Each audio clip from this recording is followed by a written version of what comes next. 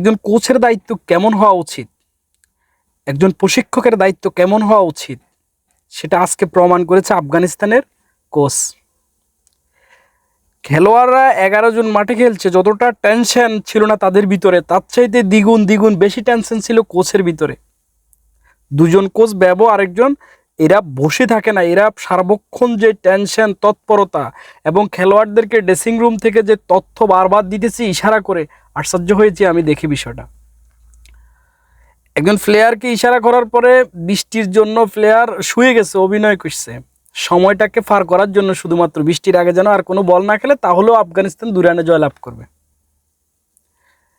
এইরকম দায়িত্ববান কোচ পাওয়া সত্যি আফগানিস্তানের জন্য ভাগ্যের ব্যাপার। কিন্তু বাংলাদেশের যে একজন কোচ আছে আতুরা সিং, এই আতুরার কোনো দায়বদ্ধতা ক্রিকেটের প্রতি নাই, এবং যে এই 12 ওভার 1 বলের মধ্যে জয়লাভ করতে পারলে সেমিফাইনালে খেলার মতো যে একটা সুযোগ ছিল, অপরচুনিটি ছিল, এটাকে গোল্ডেন অপরচুনিটি বলা যায়।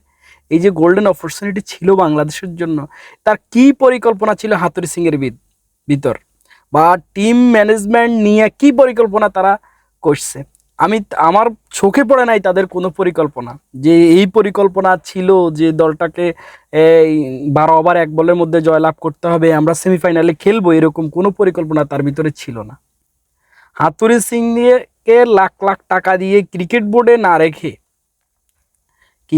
তাকে না রেখে কম টাকা দিয়ে আরেকজন মানে কোচ নিয়োগ দিলে আরো ভালো হতো।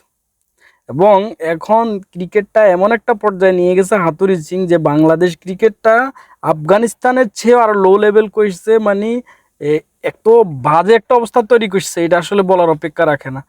হাতুরি সিং এর উচিত যে আফগানিস্তানের কোচ থেকে আসলে শিখা, যে কিভাবে দায়িত্ব নিতে হয় একটা দলের, হাতুরি সিং এর উচিত তার থেকে ভালোভাবে শিক্ষা নেওয়া।